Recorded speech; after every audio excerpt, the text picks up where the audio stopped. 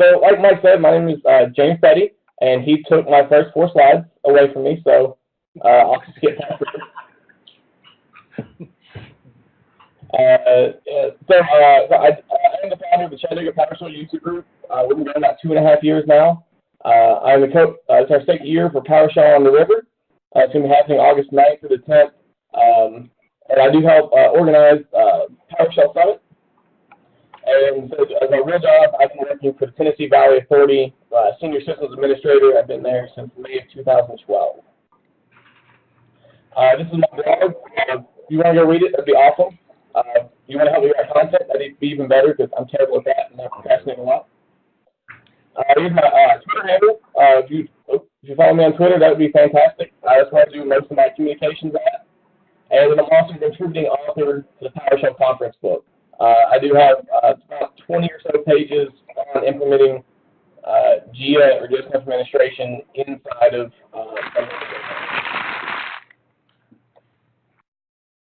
All right, so we've got a few slides to get over, and then we'll go through our other demos.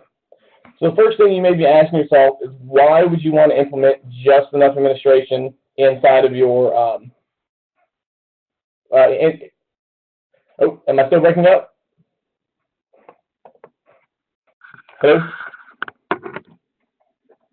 Uh-oh. Share your screen.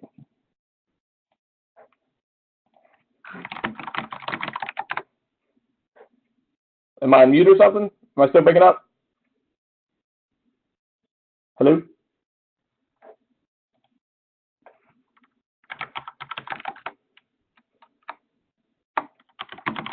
All right, apparently you can still hear me.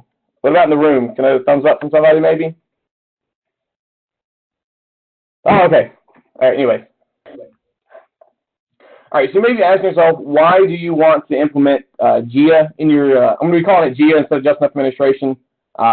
It's a kind of a mouthful. But one of the reasons that I implemented this in my environment, so just a little bit of background, we implemented this on 2,000 plus servers over the course of a month. There are some prerequisites that you have to go through. We'll go over that in just a minute. But I got tired of being woken up in the middle of the night by something that a Tier 1 or Tier 2 help desk support technician could very easily fix. My favorite analogy is printer stopped working. So my company, we operate 24/7, so printers are a huge deal for producing power. And when they don't work, someone has to get called out, and I got tired of being called out to restart the print spooler service. Another thing that we have is we do have some very talented Tier 1 and Tier 2 help desk support who are pretty knowledgeable in PowerShell and are more than capable of learning this technology and implementing these designs themselves. So we're trying to empower our Tier 1 and Tier 2 admins to kind of help broaden their career as well. All right, so a couple of things we're going to talk about. We're going to go over our configuration files, our capability files, and then finally how to register our endpoints. The first two files, the configuration file is who can do what. Like, think about it as the who file, and the capability file is what that person can do. Now, one thing that you need to keep in mind when you're implementing GIA is you are whitelisting commands, commandlets, functions, and executables that you're for your endpoint. So if you don't explicitly say that someone can restart a service, they're not even going to be able to see that command, much less run it. So again, we're whitelisting commands. All right, so a few prerequisites that you need to have is you need to be on PowerShell 5.0 or higher. While you're there, you might as well just go to 5.1. Your biggest challenge would probably be with your server 2012 servers. If you're like me and most of your environment, you did not upgrade your servers, your 2012 R2 servers. They shipped with PowerShell 4, or it could have been 3. That was a while ago, I don't remember. But you probably didn't update them, so you need to update that. That does require a reboot, so that's why it took us an extra month to roll that out, because we had to, using System Configuration Manager, we had to push out the update to PowerShell 5.1. You absolutely cannot do this on server 2003. You can do it on 2008 R2. A couple of reasons you don't want to do it is one, it goes out into support in January of 2020, and two, it has very limited functionality. Even if you do get upgraded to 5.1, you still can only do a very small handful of commands. So if you don't have 2008, or you still have 2008 in your environment, just get rid of them so you don't have to worry about it. All right, so just kind of go over what my lab looks like. I have a 2016 domain controller. I have a 2016 member server, and then I have a Windows 10 VM that we'll be doing all of our work on.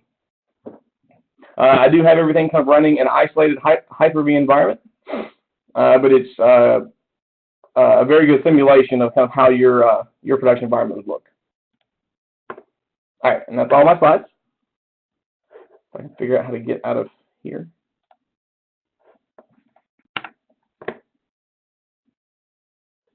Here we go. All right, here. So we'll get rid of this.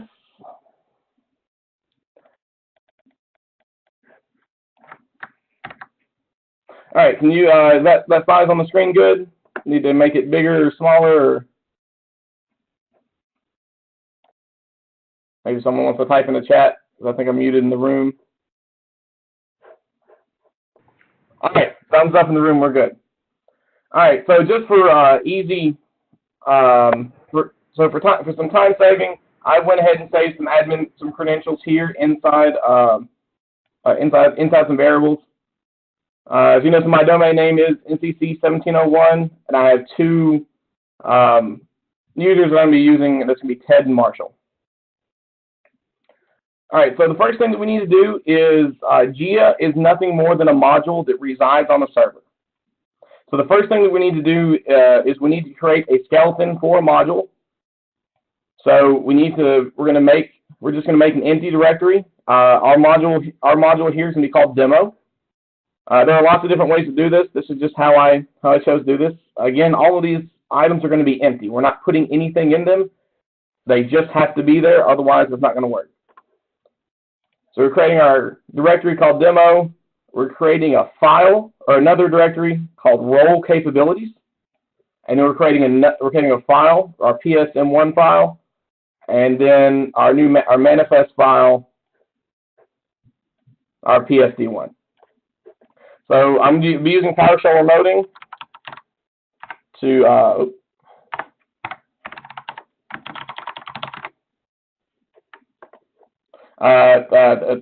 do all this work. The resources on my Hyper-V server are a little limited, so the Windows 10 server just runs everything a lot better.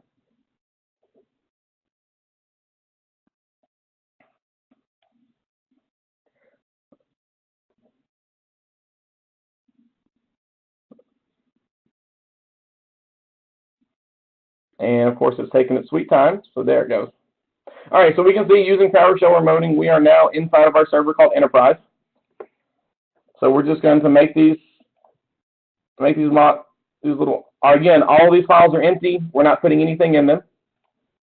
And then we're just going to run a get child item just to make sure everything ran the way it's supposed to, and it did. So that's good. So the next thing we're going to do is this is going to be our role capability file. So again, this is where we're going to do the who. You can put this file anywhere you want. Microsoft suggests that you put it in the program data file, so that's exactly what we're going to do. So again, we're just making a directory called GIA configuration. It does have to be called GIA configuration. You can't call it something else. And as far as these scripts are concerned, I'll send them to Mike, and he can put them up somewhere. All of this is also, I go into more depth in this in my chapter in the PowerShell conference book.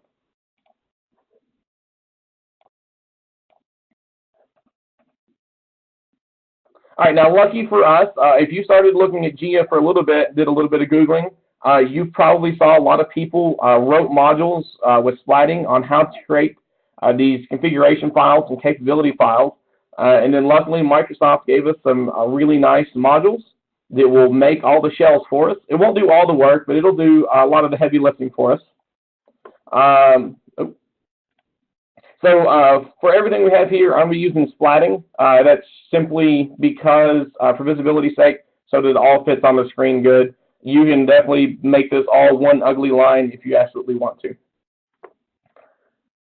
So we have our new PS configuration file commandlet, and then just a couple of parameters that we're going to throw in here.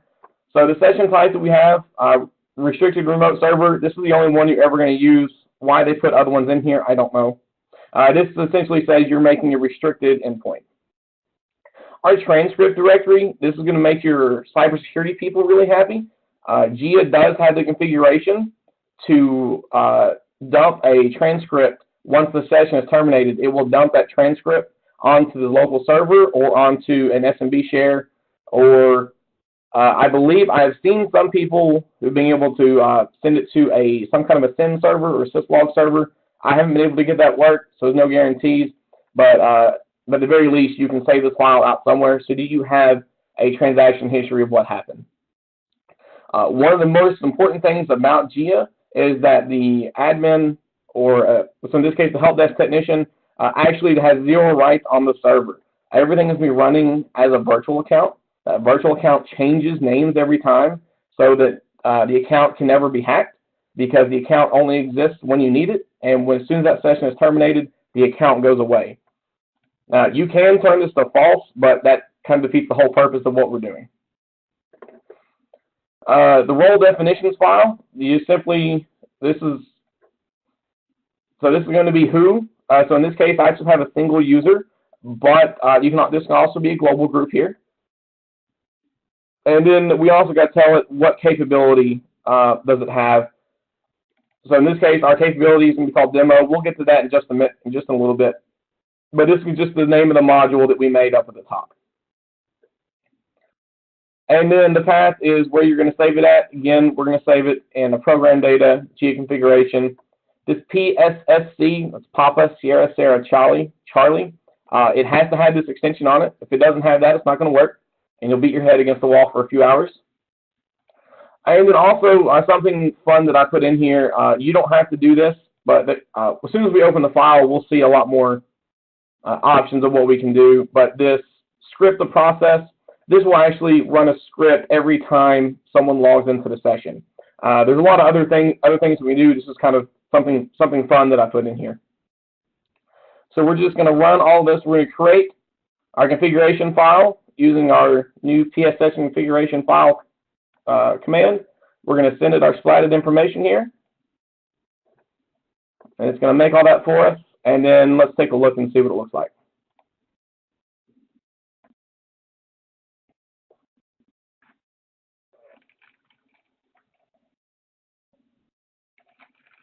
There we go. Looks like I'm running a little.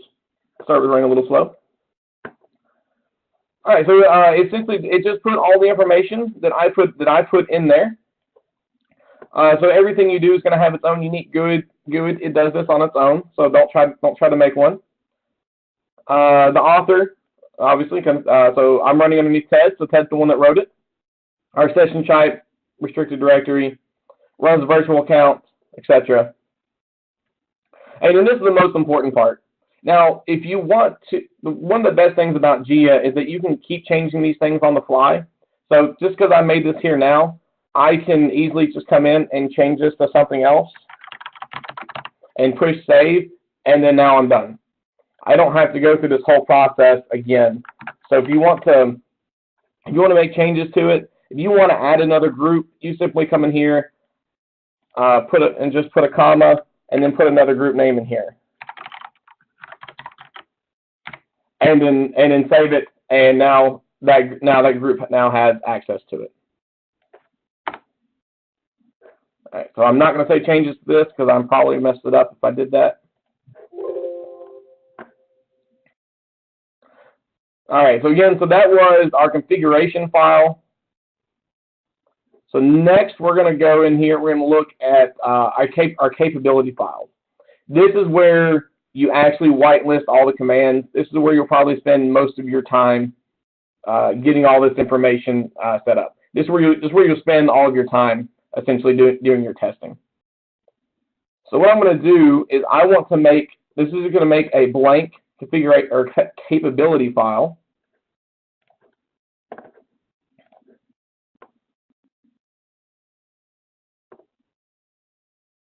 So again, notice all I did was use the path variable. I didn't put anything else in it. We'll see some examples here in a little bit with more options.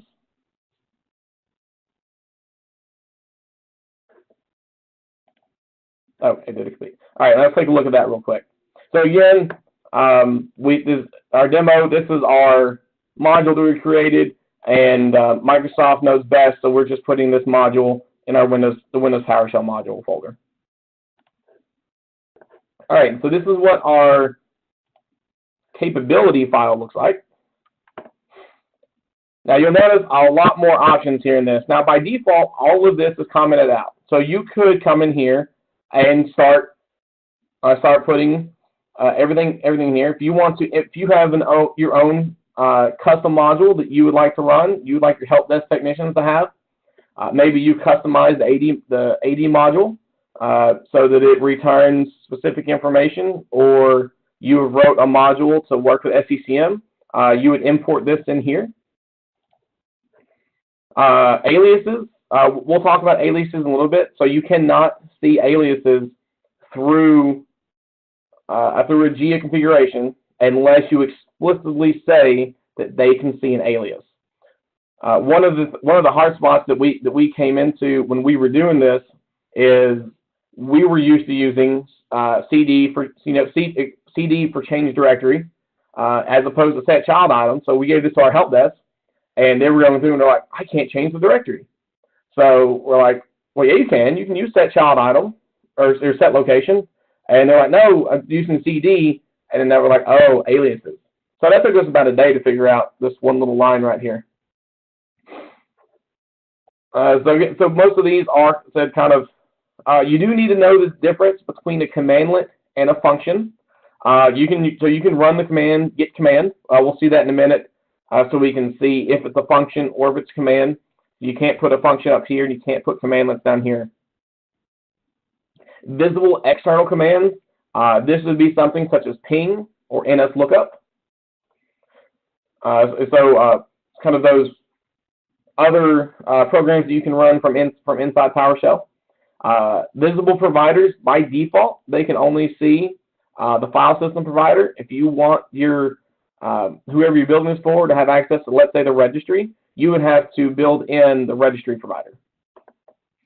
Scripts to process. This is so we did put that in there in ours. This is where it's actually going to run a custom script if you want to do that. If you want to be able to run aliases, that's where you would put those. And I'm not going to read the rest of these because environment variables are kind of important, but other than about that. All right, so what I want to do is we're going to put a pin in that conversation for just a minute. We're going to come back. Now we're actually going to make this endpoint work. So James? Yep. I have a quick question. So with this capabilities file and such, do you create one per server, or is it one per, what's that, or how's that organized or managed? How do you manage that? Yeah, so this would be one per module, if you want to look at it that way. So this is my capability file for demo. I should say it does have to have this PSRC, and it has to be called the exact same name that you called your demo, that you called your module folder. And it has to go in the raw capabilities file. Does that make sense? So you're saying that you install the demo module, all those tools onto this server, but then you could install a help desk level 2 module that gives them different capabilities and different stuff, but it's all from the same server. You're right. Yes. Okay. And then then you just need to manage what modules are installed onto what server and run or registered and that such. Right. Yeah. I'll get in on how to deploy this out in just a few minutes. Okay. Thank you. Hey, James, right. I also had a question. Yeah, go for it. So up in when you made the configuration file up top, and then you have the role capabilities, each of them had scripts to process. What was the distinction between putting it in one or the other? This one should not be there. I realized that as I was saying, I was hoping you wouldn't notice. Oh. Sorry about that. Live code edit. Yeah. Process improvement. Look at you, man. Quality control. Fix that real quick. All right, now it's fixed. Yep. Sorry about that. All right, any other questions? That this Before you, Sean was asking in the chat, how are technicians calling these files? we'll get to that. We'll get to that in just a minute. Okay, perfect. Yeah. So this the difference between the configuration files and the capability files. This took me a few weeks to actually be able to wrap my head around on how they work. There is a tool that you can download from Microsoft. It's the GIA configuration tool. I'll send a link to Mike. It is a GUI tool. That's how I learned. Finally, how I learned how all of this worked is you can actually type in all the information and it will build these files for you. It's a great place to get started and to learn. It is a terrible place to actually implement from. So it worked great for like a lab environment with 1 or 2 servers. But other than that, if you're trying to do it on a mass scale, it's not the tool to do that with. All right, so we've made our capability files and our configuration files. Again, we're going to come back in a minute on how to add capabilities. But I wanted to show you guys by default what comes out of the box. So now we have to register our configuration. So if I do a get PS session configuration, I can see all the default endpoints that are in that PowerShell comes with out of the box. So by default, when you enter a PS session, you enter this Microsoft.PowerShell. This is where you default to. You see the version is 5.1, and you can see who all has access to it. And this is the 32-bit PowerShell. This is how you do workflows, etc., etc. Ignore this IIS one because I forgot to remove it earlier when I was playing.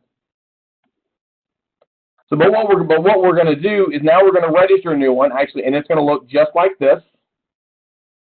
So one's going to be called demo, and it's going to be called, and we're going to tell it who has access to it. So we should do this with the register PS session configuration. Get rid of these. So we tell it what the name, again, this has to be the same name as the module that you created, which has the same name as the capability file, and it has the same name as our compatibility file that we made. So everything has the same name. And then we need to tell it where our capability file lives. That's what this path right here is. So this is what? This is the name of your module. This is the who. This is where that capability file is. Now, if you're doing this remotely, it is going to kill WinRM because it restarts the WinRM service. So we will see an error when we run this, but that's perfectly fine. There, all this right here means is that I lost my connection, but I can come right back in. All right, so now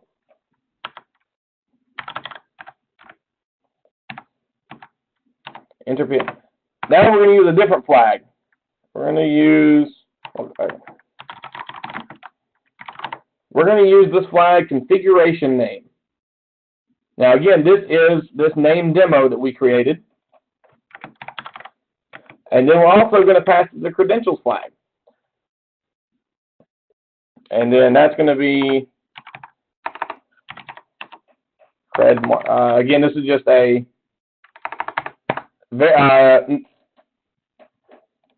why didn't you do that?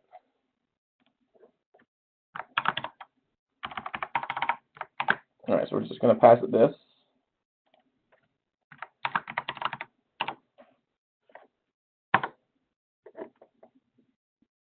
All right, we're going to let that run for a minute. So this is now again, so we can see here, I am now remoted into Enterprise. Now notice, if I run the command who am I don't have the rights to run whoami.exe. What do I have the rights to do? Anyone have a guess?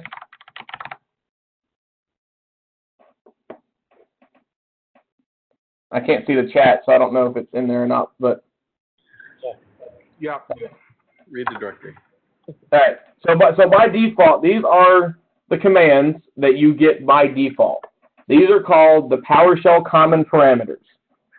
So again, I said that GIA is whitelisting. We did not put any commands, any functions, any visible environment variables or anything. But these are the commands that we get by default. Now this is all that I can do at this point. He can run clear host, he can exit, he can get the command, he can run help. But this is it. This is all that Marshall can do. So we're going to come back out of that.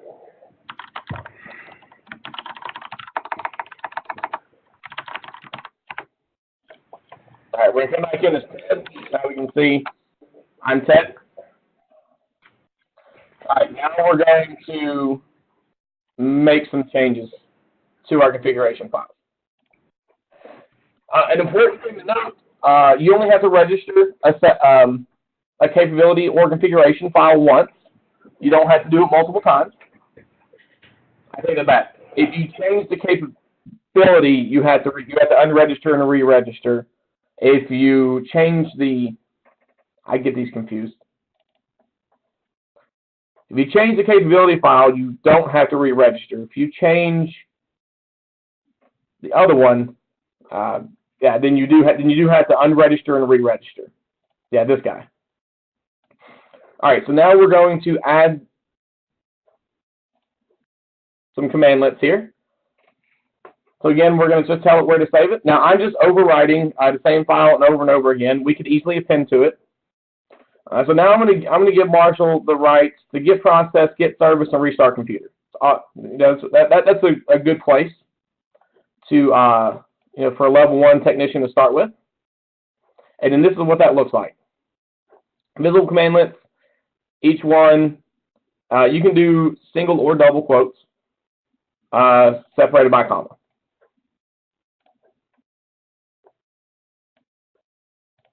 And so now we're going to get a little more fancy. We're going to keep our same commandlets here, but we're going to add some functions. So I can run get command select object.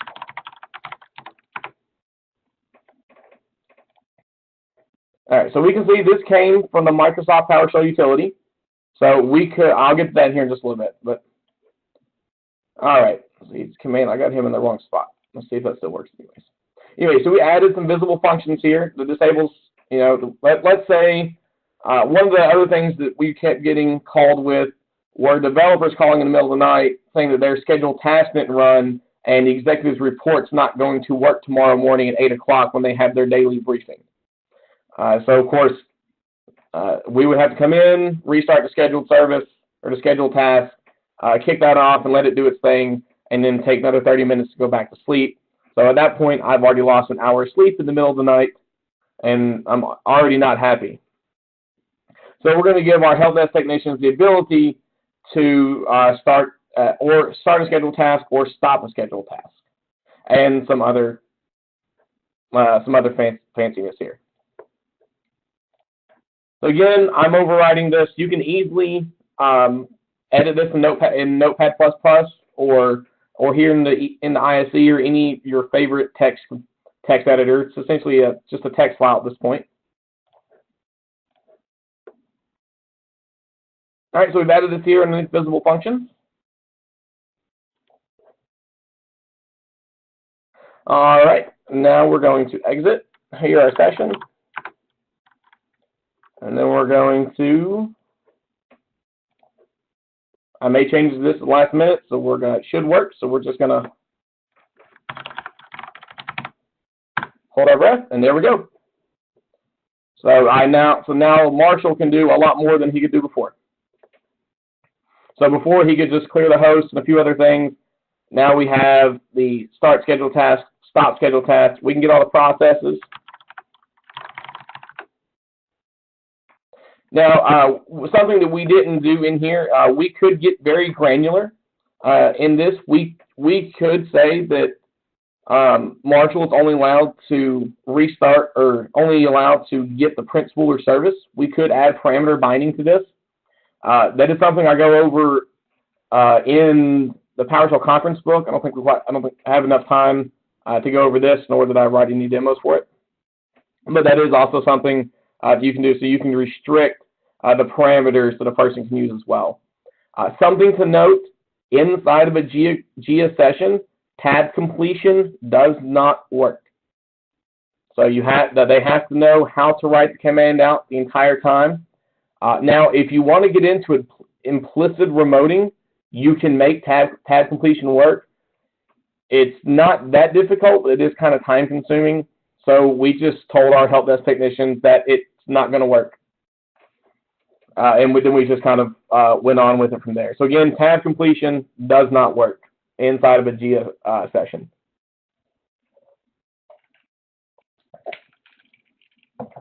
Any questions so far? Hey, James, so you got two examples that you're doing here, which I totally get. In your real world, at the job, how many different configs of this, how many different variations of profiles of commands do you have for your environment? That's an excellent question, and something that I believe is actually next. Thank you for that intro. So in my environment, I believe I have probably 7 or 8 different endpoints for our help desk technicians to use, and I'll show you why. And again, something that took us a long time to figure out, but hopefully I will save you hours and a lot of Advil. All right, so what have we done here? This is the exact same thing we had before, but I have added, so this is another thing we'll go ahead and talk about. So here I put a very explicit command, restart computer, but I can also do the name of the module / and I can use wildcards. So in this case, we're doing web administration. So this is the IIS module. Now I can do get star. So this is how you would give someone access to everything that begins with the word get inside of the web administration module. Now this is great for, so we did the, that's not,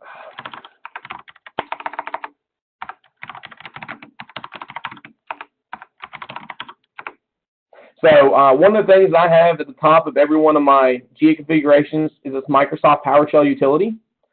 This gives you a lot of commands out of the box.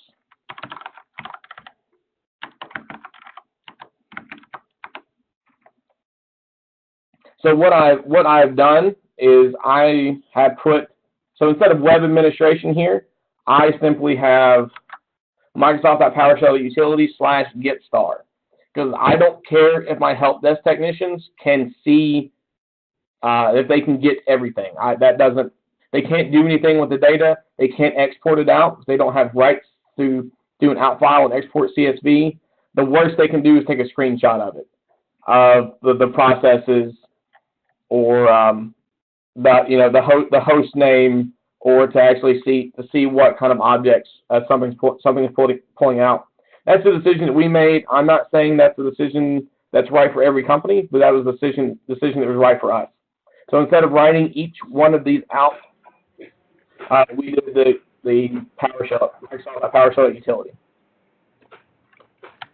Okay, so going back to our example. So again, web administration, this is the IIS module. Everything else here is the same. I'm just going to do this here. All right, yeah, just show you what that looks like here. Scroll all the way over there. Where you go? There it is. So the visible commandlets, module name / get. All right, now, the reason, kind of alluding to the next question, that I have so many endpoints is, where it go? There it goes. Is this is going to fail because I don't have the web administration module installed. So if you try to we were trying to do one file to rule them all. So we're going to put one file out there, and we thought if it didn't have it, it was just going to blow over it. and everything would be hunky-dory. Well, that's not how it works. If you put in a command, now it let me write this file just fine. You know, it did not care. It did what I told it to do. But I'm trying to enter this session called demo, and it has, and I'm whitelisted, web administration / get star, but that command's not there, so I can't get into it. So this is why I have so many. I have one for web servers, I have some for SQL servers, I have some for print servers, and so on and so forth. Did that answer your question, Mike? Yeah. But, so, you were talking about endpoints, but I was wondering how many different, I guess I would call them profiles, like Help Desk 1, Help Desk 2, or maybe SQL administrator or something like that. We're saying the same thing, we're just using different terms. Okay. Yeah, so the official name is an endpoint. That's the Microsoft name for it, but yeah, I think we're kind of saying the same thing. I have an endpoint for my help desk tech. I actually have 4 endpoints for help desk technicians. One is, tier 1 SQL, one is tier 1 IIS. I have another endpoint that I've made for my SQL, for our SQL developers that we don't want to give them full admin rights. So a lot of our IIS boxes, the IIS team has their own endpoints that they can configure, that they can get to as well. And I could also just do star, and that will give you, be careful with wildcards because you get what you pay for. But this would give everyone access to the entire module. So that's kind of how we did that for the SQL Server and IIS team. There was a question in the chat that I personally didn't understand, but I figured I'd throw it out there. Naveen is asking, if you use scheduled task module, all functions become commandlets, and he's asking as a question. I'm not really sure what he means by that. Okay, I thought I lost it. Let me, all functions become commandlets. Naveen, if you can hear us, why don't you just add a little bit in the chat, and then James would be happy to come back to that. Yeah, I think Steven says all commandlets become functions. Yeah, unfortunately, I don't think I quite understand the question. All right, we'll see if we can follow up on that. Yeah, I thought we could import scheduled task module. The scheduled task module is on the server by default. So all you have to do is find the name of the module. So the module is called scheduled task, and then just do this right here. Proxy functions compiled commandments behave differently. All right. I'll let y'all figure that out in the chat, and I'll come back to that in a few minutes. All right. So we did this with web administration. We saw that it failed. The SMB share is one that is built in. So this is how we would do an entire module. And I should have had a second session open, but this will work anyways. It is important to note that while you can make changes to these capability files at any time, if I'm logged in as a tier 1 help desk technician and use sysadmin make changes to this, I have to close my session and then log back in to see your changes. So changes will only show up for me once I make a new connection to the endpoint. Run our git command, and now we can see our SMB share, all the gets from the SMB share module that we just put in there. All right, I think Steven helped us out in the chat. Thanks, Steven. All right, so here, I've added the keynote up with time. How are we doing on time? Because I have another demo that I can go through, or we can just leave time for Q&A. I don't know what time y'all have set aside. The truth is, we don't have a time. It's up to you. Whenever you want to get done, you finish. Let's see here. I know it's late for you, James, and it's an inside joke. But well, we're in the same time zone. I'm in Eastern time. Yeah, but your meeting's usually done by now. Sure. I was working for today, so let's see. No, we got time if you're up for it. Yeah, I was trying to remember what I was doing. So I was creating a second endpoint here. So I can do, yeah, that's not going to take too long. We can certainly pause for, so, Yeah, it's going to take me just a second to get set up if someone has any questions. We need to fill. do we need to say? Phil? Yeah, he said he had a different. Phil. You know, Phil? So, has anybody done any G at this point with any of this? Yeah? So what's been your experience thus far?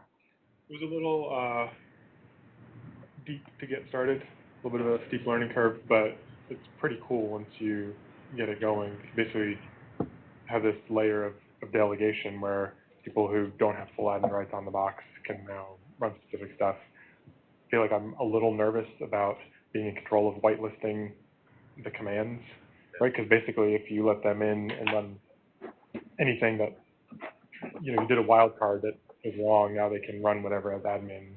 So it's a little risky. I was doing some stuff with Windows updates, kind of like installing them kind of manually, and you can't, even if you're an admin, if you're remoting into the box, you can't run it because you're not a local user. But if you go through a GIA endpoint, then you're running as a local account, and so you can do all sorts of cool stuff that way. Wait, say that again, walk through that again? You can't install Windows updates remotely, even if you're an admin, because it requires that you be a local account. But if you connect to a GIA endpoint, and you're running as a local virtual account, and so you satisfy all those requirements. So I think there's a couple other things that you have to be sort of local to do, and so the GIA allows that. Even if you're already an admin on the box, connecting to a GIA endpoint gives you a little more. But also with the G endpoint, you still have, you have network access, correct? Or I don't know. I haven't had a need to do that. the double hop beyond, do you know? You do have, I don't think, you don't have access to the outside world, unless you explicitly kind of put that in there, but you do have access to network resources. Again, if you have whitelisted the commands to access said resources. And you can specify a particular account to run as. Oh, okay. Right, yeah, so, Go ahead. So like he was saying, one of the things you can do, so we, up at the very top, we put to run as a virtual account, which is something that we should always do because that account name changes every time. But one of the things that you can do, and if I don't know if any of you are going to the summit, I have a section on this, and I'll write some blog articles after the fact, is you can set run as accounts. So if you have a task, let's say setting an SPN, that requires you to be a domain admin, but you don't want to give a tier 1 help desk technician domain admin rights, you can set up a GIA endpoint that can only run the set SPN command, and that session can run as a domain admin. So in that context, that user can run the command, and it's running under the credentials of that domain admin. That's all they can do. And as soon as that session is torn down, you write that transcript out to your NAV, and then that user is blown away. So that's a perfect example for how to use the run as account. You can also use GMSAs as part of your run as accounts as well. Oh, that's true. James, you need a few more minutes to set yourself up? I had a question. Wait, I was going to ask over here. For guys that have used GIA, what was the thing that got you to start thinking about using GIA? Like, was it you being proactive and saying this is smart, or was the business trying to solve some problem that you're like, oh wow, I read about this and this is what I got to do? Like, how did you guys what made you start with it? I was trying not to have too many people have admin rights on boxes, and I don't want to be the bottleneck of having to do all the stuff. So I was able to, after seeing some of the demos online, I think it was some old PowerShell summit when they were introducing this. So that's probably what I need to do. And it wasn't too hard to get the uptick to say, hey, you can get these rights, but you just got to use a PowerShell endpoint to do it. Yeah, and I forgot about the example scripts of how to connect and all that kind of stuff. So that was my question. How much PowerShell, adoption was there when you implemented it? Did you implement this and then force people into PowerShell and they accepted that? Or did your users already have a concept of PowerShell and how it works? And then it was just applying this to them? More of the former. They didn't have as much PowerShell experience, but I was kind of on a rampage of let's just have some organized scripts to do everything, and so we were just in the slew of things to learn. So I know, How hard was that for them then? Was that a pretty easy thing for them to figure out and be able to do? 'Cause that's one of my concerns with implementing something like this, is by and large, my organization stays the hell away from the command prompt. yeah. So, Well, James could also talk about that, because I remember when I saw this first time around, I think James had said they brought the business along and sort of built the case why we should do this, and then the business was kind of backing James up to say, this is what you guys have to do, and then they came along with training for the people that would be using this so that they were able to do it. Is that right, James? Right. So we've been pushing PowerShell. PowerShell's the way of the future. You need to learn PowerShell, et cetera, et cetera. We've been pushing that for a few years, and so at that point we were just kind of we've been helping you. We bought everyone copies of PowerShell in a month of lunches. We ran through that through a bunch of learns with everyone. So everyone who had wanted to learn it by that point had, and the other ones who didn't, it took a little bit. We finally ran it up the flagpole. We got enough buy-in from our senior management team that this is going to take a whole bunch of load off of our group. Not only that, it was going to save money in the long run, because every time we get called out, we get paid overtime. So our operations center, which is staffed 24/7, they have the rights to do it. Not only do they not have to call me out and pay me 2 or 3 hours of overtime to restart the prince spooler service, so that we can already pay someone who is there already, who's getting a paycheck. We can just let them do that job. So once we finally got that buy-in from our senior management, we're like, okay, this is happening. And what we did is we sat with a very small group of proficient PowerShell users, and we helped develop the commands that we thought that they would need to use to fix these common tasks.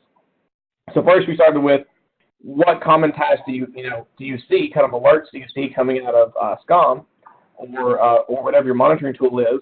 Then we gave them a list of commands like, we think this is what you need. Look at it, look it over. Here's a test box.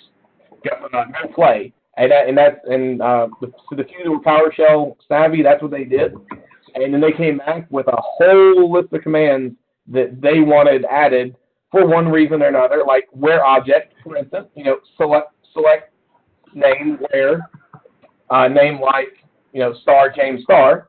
We didn't think about that because we just take that for granted, but because we didn't give them where object, they didn't have the rights to do that.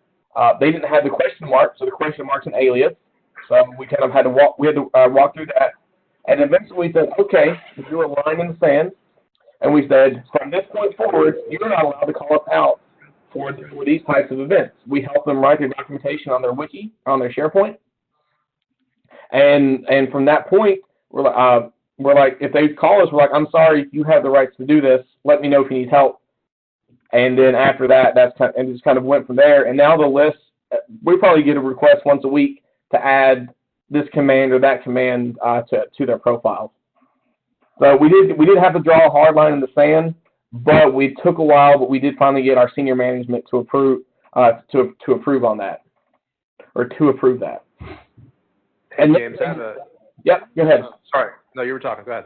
I was going to say, and another real win that we got out of this, that just kind of an accident, we didn't think about it at first, is we gave developers to restart their own service on their own application, because most of the time developers, they're really good at writing programs. They're not great at writing services. So services stop a lot for reasons. So we would we're now writing GIA endpoints for developers, and we're using those constrained parameters and allowing them to restart their own service on their own instead of calling us. So they're really liking that because they can go in and fix. A lot of times we get a call, my widget's broken, I need to restart the service. So they've already done all the work on the investigation. They know what's broken, so why not just give them the ability to fix it themselves? And again, you got transcript turned on, so that session is being sent out to your NAS, so your cybersecurity department can pick that up, or whoever can look at it. So if they're willing to do the work, just let them. So that was a real easy win for us. Cool. So I have a question, and this is kind of a scenario at work. We have our team, or a few guys on my team, develop internal modules that we then provide to help desk, right? So like an onboard, offboard script or module as an example. In my case, would I have to load the module or set the module in the configuration file and whitelist every single command that every private public command has? Like what would that look like in this scenario instead of just like native built-in commandlets? Couldn't you just call the module name and start? Yeah, so you would have to, let's see here, I believe that's a capability file. So we'll look at this real quick. Yeah, so you would just put the name of the module, and then you can do /* if you want to do the whole module. But then you would also hear modules to import.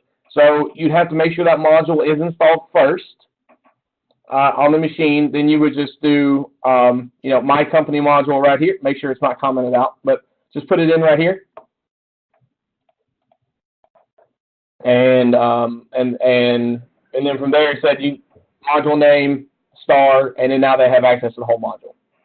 And that whole module contains obviously, get process, get AD user, blah blah blah. I don't have to sit here and whitelist all of those as well. I just have to whitelist or set the modules to import to my module and I'm done, right? Right. Now something to note: GIA endpoints are not for scripting; they are for running commands.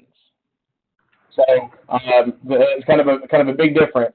So if you're for your onboarding process, if you're thinking, here's a CSV with 50 users in it, create me 50, run it through this module with a for each loop, spit out 50 users.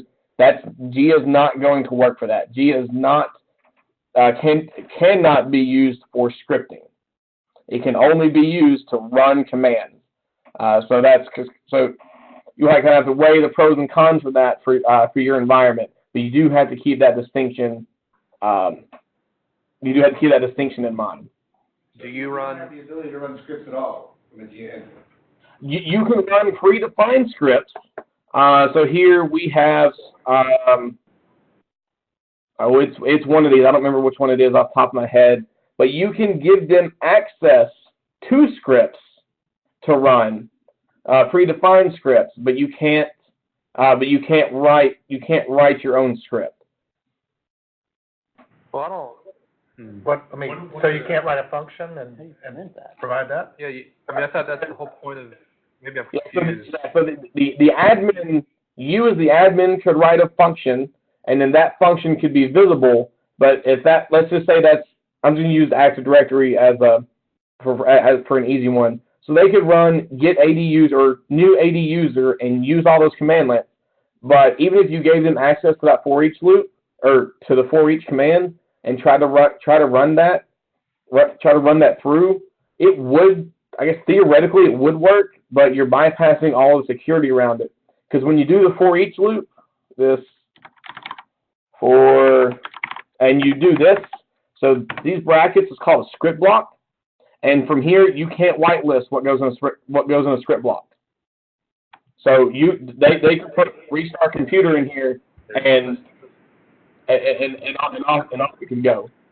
So my help desk doesn't have the ability. They don't have enough skills to do onboarding and offboarding and enough knowledge, know-how to run it line by line. That's the benefit of publishing my module. There's 5 or 6 public modules or public functions that I expose to them. So my thought would be, okay, whitelist that module in this file, PSRC module, and then they would, invoke new company user, set new company user, blah, blah, blah. Would that not work in this scenario? Because they wouldn't be running this line by line. That's the whole point of the module. They'd be able to. Right. Well, yeah. So that's the thing. So you can import your module here just fine, and they can run new company they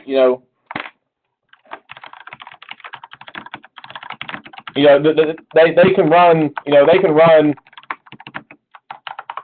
they can run commands like this. That's fine. What I'm saying is what you can't do is, if I want to say I use this one all the time.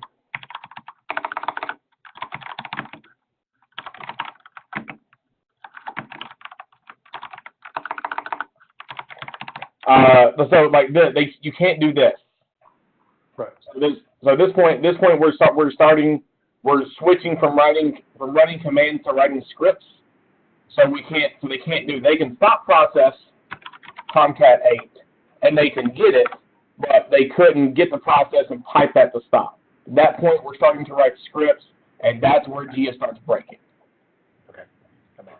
Do you use modules in your company with GIA, or do you just expose scripts and functions? We just expose scripts and functions. We have played with the modules, but most of the modules that we have are just come from internal development. But we have played with it before. It does work. But again, just not something that we have done.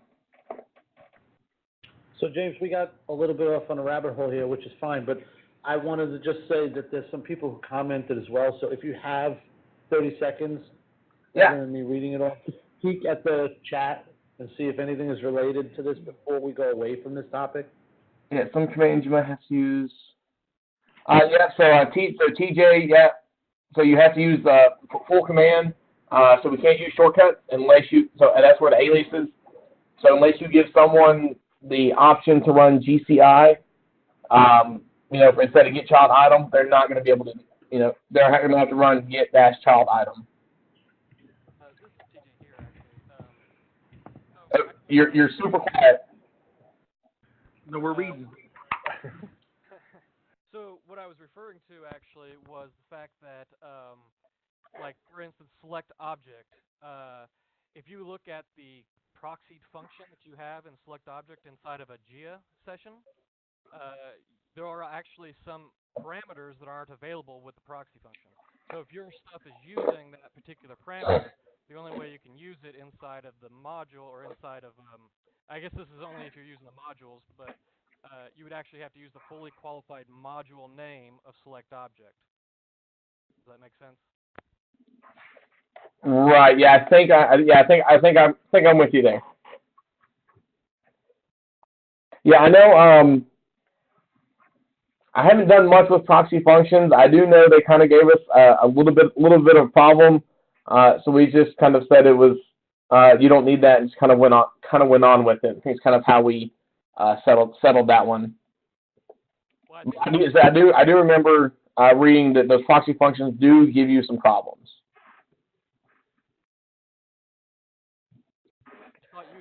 I think you're using them by default actually for select object. That first 8 commands. Yep. In a GIA session, they're proxy functions. Oh, those are the common parameters. Is that what you're talking about? Well, no. So like select object first as a parameter. Oh, okay. That's not available in the proxy function. So if you need that parameter for whatever reason, you would actually have to use like the fully qualified name. So like Microsoft dot whatever it is / select object in order to use. Oh, okay. Now that I did not know.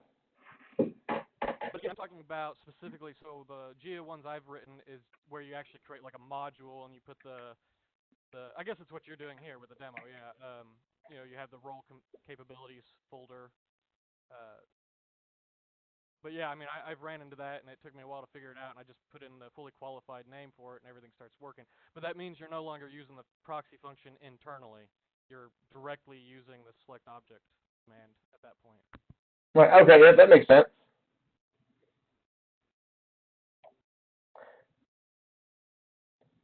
All right. So Sean would have to be able to be. No, Sean. So you can give someone.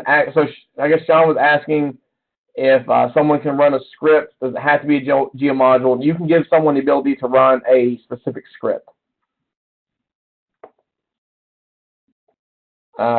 Stephen already answered that, I think. Yep. All right. I think I got everyone caught up. Sean, did I answer your question? We got one more question in the room here from Matt. All right. Is there a way to provide temporary authorization? So, for instance, certain commands can only be run during business hours. So I don't want any of these specific commands to be run off hours, or any way to kind of control that? Not off the top of my head that I can think of in Gia. There is the ability, once you're on 2016 functional level, to add and remove people from user groups on a timer, but I'm not aware of a way. TJ might know. He may raise that a little bit. I've heard somebody do that before, and they just use the scheduled task to just register and unregister the same. Yeah. So that you can just. You're basically writing a file, right? Yes. Scheduled task that writes a version of the file for the evening. The files, the configuration file just exists. You're just registering and unregistering that endpoint. You're just turning on the endpoint, turn off the endpoint. So you only need it when you need it. Yeah. You used to go and have them log in to get the new configuration. No, once you unregister the endpoint, he gets kicked out. Okay. So if you have a scheduled task behind the scenes that runs it, you unregister it, basically resets. Yeah, I think TJ was saying something. He's a little quiet though. Yeah, my headset might be going out on me. But one possible simple solution for that would just be to whatever command you're wanting to give them access to, you can write wrappers around it and just do a check for time. And it's outside the window, don't run the command.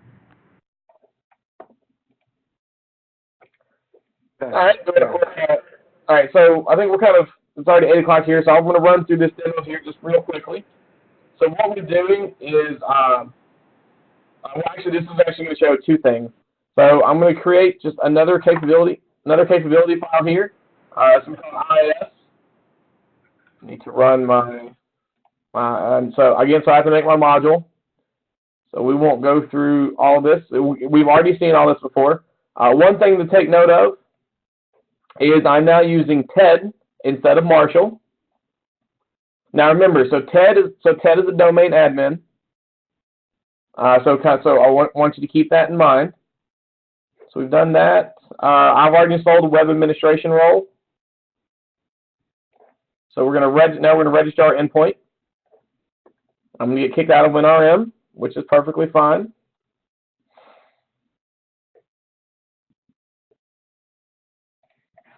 All right. So I've been using Ted the whole time. What was this doing? Oh, okay. So now what I'm going to do is I'm going to connect to my IIS endpoint. Oh, it helps if I actually write git credential. Whatever.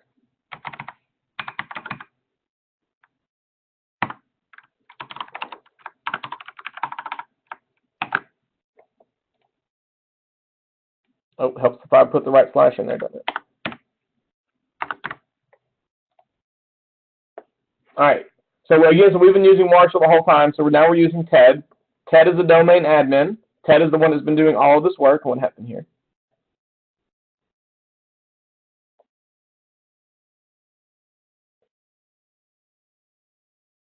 That did not work like I thought it was going to, so we'll go to our backup plan.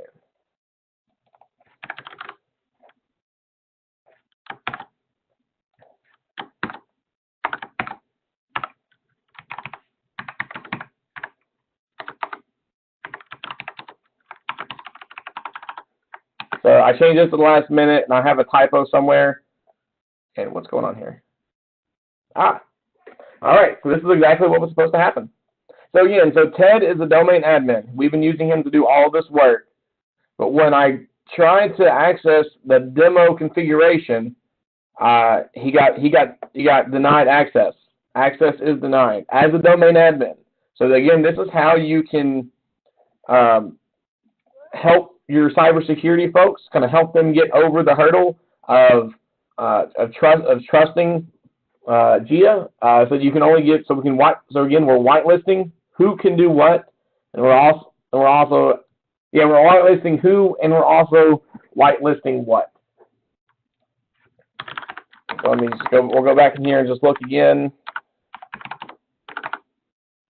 Yes, goodness gracious.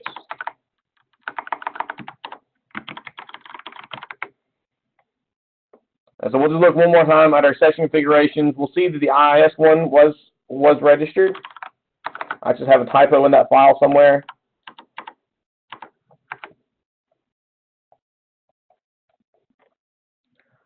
So we can see here in demo why TED was denied. TED does not have permissions to it. And if and I was actually going to do just a reverse, but here in IIS, we can see that TED has access to this. Now, while TED would have been logged in, all he could do is what we whitelisted for him. Even though he's a domain admin in this session, he's restricted to what our session configuration file says that he can do. I should also note that Marshall is a domain admin as well. So we've been restricting him the entire time. But the Marshall account is also domain admin. All right. Well, I think that's all I have. Are there any more questions from the crowd?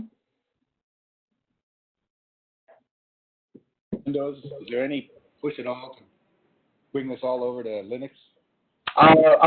Yeah, sorry, good question. I did also, so as far as going to Linux, so GIA works right now on WinRM. WinRM does not work on Linux. So until GIA is rewritten to work using SSH, it is just a Windows only. It does Windows only. It does work in PowerShell Core. So we've been using 5.1. It does work in Core, but only on Windows machines. And something else to kind of go. I don't have any examples or demos. I do have a blog article written about this, and that's how you roll this out in your production environment. There are lots of different ways to do it. The way that we chose to do it was using a logon script for all of our servers. All of our servers are in monthly patch windows, so we force them to reboot once a month. So when they reboot, they get the new configuration and capability files from our central repository, and then we also unregister and re-register all of the endpoints just to make sure they always get the newest, latest, and greatest. And if we have to make changes on the fly, we just do those on a server-by-server basis.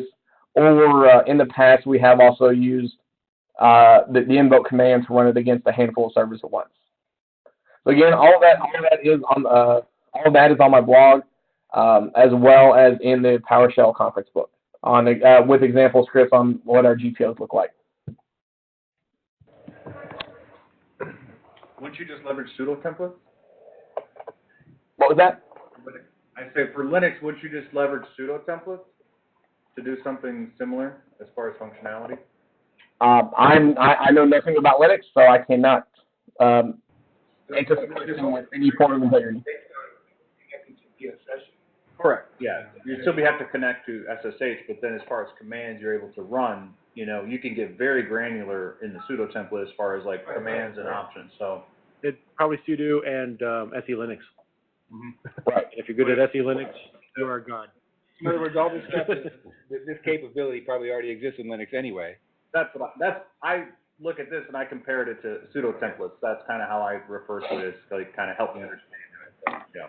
Is this easier to work with, maybe? I just know that pseudo templates you can get very granular as far as like levels of access, as far as root access to. You don't have to give a user root. You can just give them the specific command you want them to run, and they'll be able to run that one and one only command as sudo. So Completely different way to do it. You have to completely different files, completely different everything. correct. Yeah. Yeah.